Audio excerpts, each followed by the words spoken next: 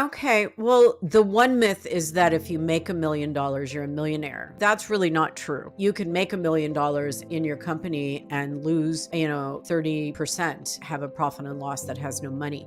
You're a true millionaire when you have assets, solid assets of $1 million or over, and those are untouchable in your daily life, and you've got $1 million of net worth. And I think that is the big myth that's going around, that people who have earned a lot of money are somehow millionaires, but that's not true. True millionaires, billionaires have assets and liabilities that once they're put together and they net them out, they have a net worth, and often liquid worth, of over $1 million. People can get their hands on $1 million with no problem.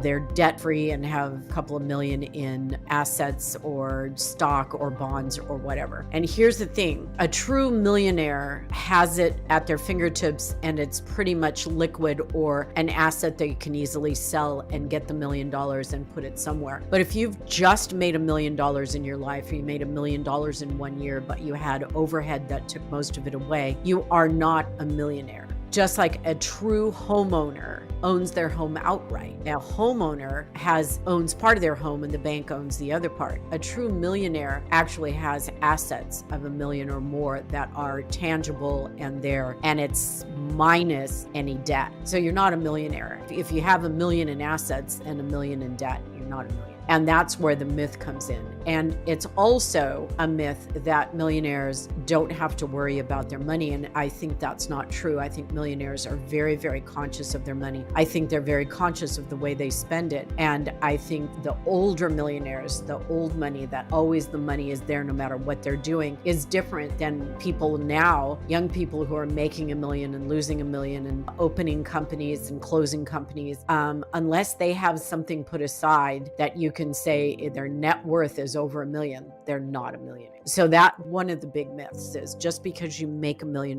in a year doesn't mean you're a millionaire. What is your net worth after liabilities? Is your net worth over $1 million? Then yeah, you're a millionaire. It's difficult for me to ascertain how people think they're millionaires when they're not. I have certainly had years where I made good money, but no, I am not a millionaire. I wish I was, but I am not. I advocate for people who work hard like I do, who have had small businesses, who, the bottom line is your employees come first and your debt comes first. And at the end of the day, you can be the person not taking a salary if you lose a client. There's so much that goes into being a millionaire. But the general feeling is that it has to be net worth. Assets minus liabilities is your net worth. And that is what makes you a millionaire. That is definitely a very easy formula. But I'm just saying that, you can own 6 buildings and the assets might be worth, those buildings might be worth $55 million. But if you have debt against them and you have all this other stuff going on and you put it all together, that $55 million in asset could be offset by $62 million in debt. You are not a millionaire. You just have assets and you have a lot of debt against them. It's really what's liquid and what's net after all of your assets and liabilities. The truth is that $1 million does not go very far, especially if you up your lifestyle to match your $1 million. The most judicious thing is to keep your expenses low and let that work for you. If someone young really wants to retire at a young age, let's put 50. Let's say that there's a young person who's 32 right now, has a very good job, has a 401k, and wants to retire by 50 and do other things. Well, what they have to do is they have to watch that lifestyle, be very judicious, and get that money in the bank. Probably can't really retire on just $1 million, especially if you want to own a home, take vacations, you have children that go through school. It's hard to stay a millionaire if you retire young, unless you've invested them in incredible things and that they work for you for the rest of your life. I would say that a lot of people who invested in rental units and things when that was viable probably have some really good cash flow and maybe have paid their buildings off and use those buildings to leverage against other buildings. But if you just want to call yourself a billionaire because you have $1 billion in assets, don't come to me that you're a billionaire unless I know what your liabilities are. are. And if you want to retire, man, you have to be judicious. A lot of times you have to have that great job, a matching 401k, money that goes into an account that you're not even paying attention to for 20 years. And then maybe if that's big enough, other things you're doing, and you reinvent yourself and bring in other income in another way, then yeah, you could probably retire early. But it's not that easy to get out there. I think there's a myth. Oh, I'm going to come up with a product. I'm going to start a business. I'm going to sell it for millions. I'm going to be a millionaire by the time I'm 48, and I'm not going to go through all this. Well, there are millions of people who want to be millionaires who have the same idea. I'm going to tell you something that happened a while ago. I had a client quite a while ago,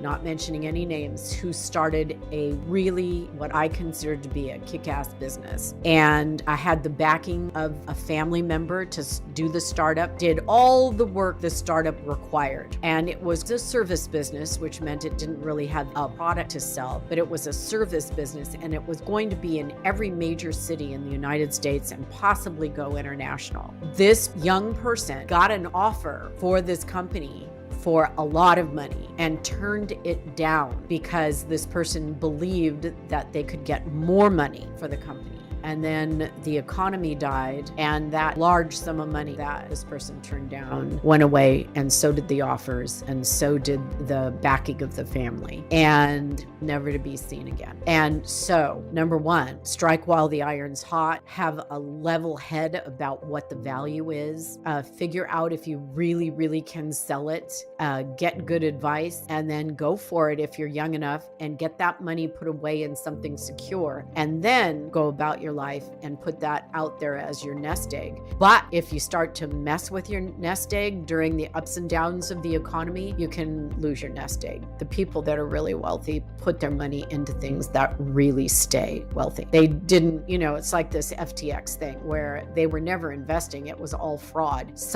Many people took everything they had based on the promises of someone who was going to not tell them the truth, invested it, lost everything, and now they could have been a millionaire, and now they're not. So they're going to have to start over. So be wise, be practical, start early, and really research what you think is going to make you a millionaire. Most people on salaries rarely become millionaires unless they get an incredible bonus to put away, or they have a stock option, or they are getting their 401k matched at a high rate to be 55 years old, when the average person is thinking about stopping what they're doing and actually have millions of dollars. That's really lucky if you have millions of dollars.